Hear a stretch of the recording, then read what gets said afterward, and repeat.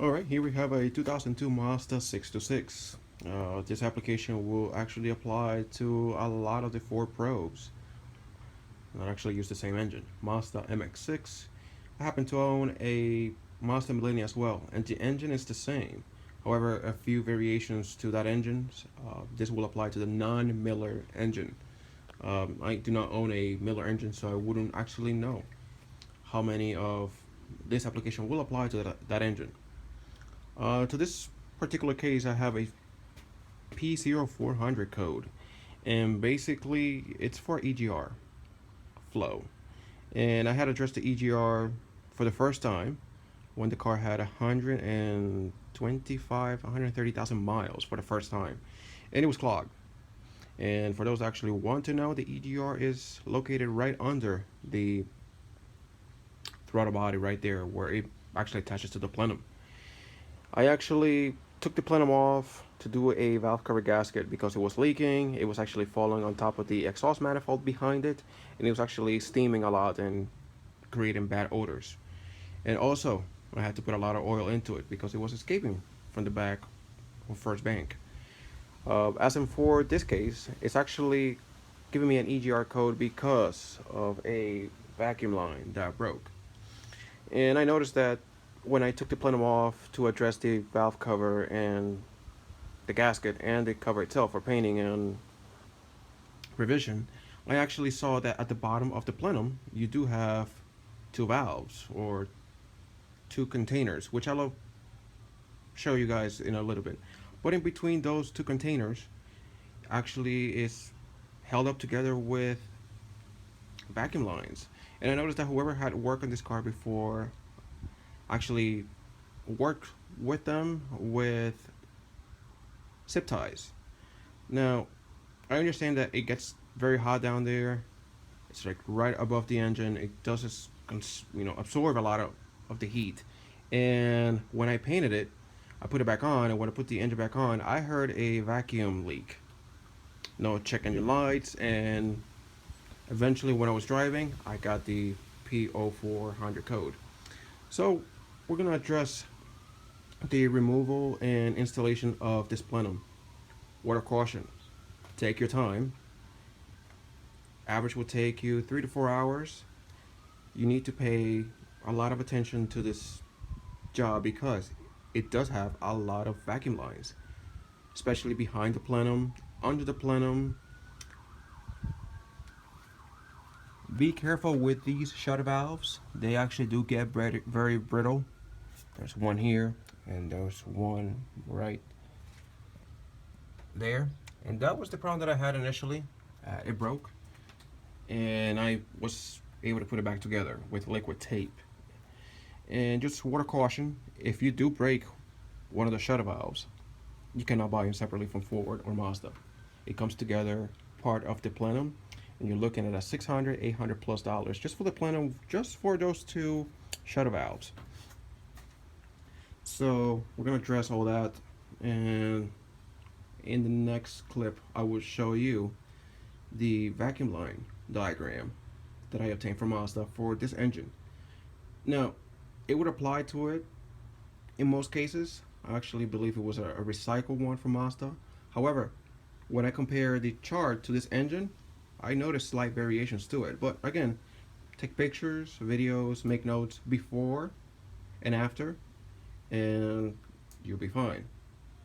Also, if you're going to do this job, you need or you will have to take the throttle body off. Buy a gasket beforehand. Buy a gasket. It will actually tear, break, and you'll have leaks in there, and you have other set of problems. Alright, so let me show you the diagram that I obtained from Mazda. Alright, here we have the vacuum line diagram from Mazda. And to address the vacuum lines right behind the plenum and behind the engine, mind you, let me just remind you that you will have a lot of vacuum lines. Just take them apart little by little. Do not yank, do not pull. You'll break something and it's gonna cost you dearly. these solenoids, even though they're the same, it costs a lot of money. Never had an issue with them. I have seen certain applications where they actually do go bad. Uh, at a local AutoZone, they cost $60+ and up each. So just be careful. On mine, due to the age, the actual clip broke. It actually mounts to an aluminum slide bracket. So in my case, here is one, and here is the second of the container canisters that I told you that live under the plenum. And I have noticed that this hose and the one that goes here to here, which is one hose, they were actually tied in with zip ties. I don't know if whoever worked on my car had, you know, the nipple of the container break, and they actually had to do some magic to get it working back up again. But I noticed that it was not an issue before I took it apart for the valve cover. And now that I put it back on, I think I moved something, and something may have actually gotten loose. I do hear a hissing under it, and it's a vacuum line. Studying the diagram for the EGR, you do have solenoids here that at given conditions, it will actually trigger the EGR to work. And if you follow the diagram, and I'll lift the picture here closely, it just reroutes gases. And that's what EGR is supposed to do at a given time to reduce NOx and other contaminants, and basically brings it back to the engine for combustion so it can break it down even more. That picture is not complete, so here's the second picture. For those that actually are interested and happen to be the same situation as I am, the vacuum hose is 1/8 diameter. Mazda does not sell them by pieces. You have to buy the whole roll. Cost me like about 19 bucks. And just in case, here we go. In parentheses, that's how long they are. Waiting for my camera to focus. Alright, since it's not focusing, just to let you know, this middle piece is 60 millimeters. This one right here is 35. Now, this one right here actually ends right here, and then reroutes to this Y splitter, goes to the solenoids, and then it goes to the shutter valves that I mentioned in the car to be careful of. One thing I will tell you is, take your time. They will break. They're made out of rubber. They do become brittle.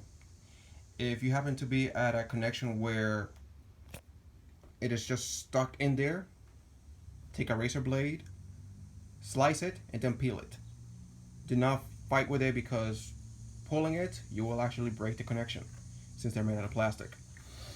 Also, this will actually involve, for those actually doing this type of repair, to take off the fuel relay. It does have a pressurized system, so take it off, turn the car on, wait until it burns whatever gas it has in the lines, and then let it die or turn it off. That way you will actually have less of a squirt, when you take out the plenum, since you have the rails right here for the gasoline.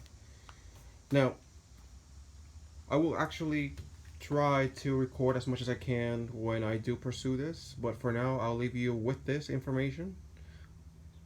Send me a message if you want more information about this car.